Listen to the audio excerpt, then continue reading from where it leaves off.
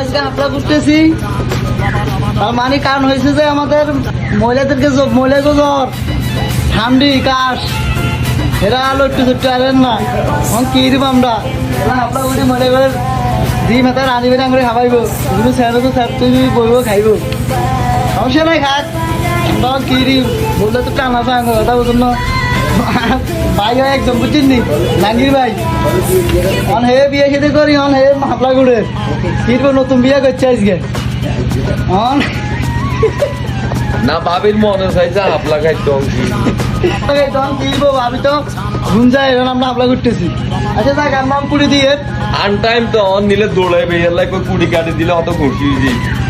বুঝে আর লাগবে Say you're not tan, tan, rubber, rubber, dub. Say you're not tan, back.